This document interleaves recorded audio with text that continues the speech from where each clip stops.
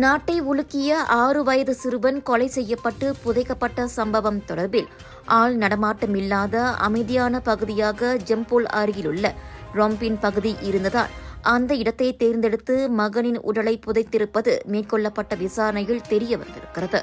தனக்கு மிகவும் பரிச்சயமான சம்பந்தப்பட்ட இடத்திற்கு அச்சிறுவனை அழைத்துச் சென்று கழுத்தை நெரித்துக் கொன்று பின்னர் அங்கேயே உடலை புதைத்துள்ளான் சந்தேக ஆடவன்.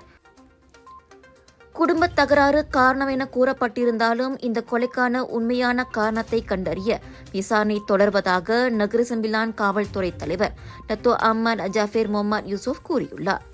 இந்நிலையில் அந்த ஆடவன் 7 நாட்கள் தடுப்பு காவலில் வைக்கப்பட்டுள்ள நிலையில் தேவை ஏற்பட்டால் தடுப்பு காவல் நீட்டிக்கப்படும் என்றும் போலீஸ் தரப்பு கூறியிருக்கிறது. சிறுவனின் பிரேத பரிசோதனையின் முடிவில் சந்தேக ஆடவன் கேபிள் இறுக்கியை பயன்படுத்தி கழுத்தை நெரித்துக் கொண்டதாக கண்டறியப்பட்டிருக்கிறது.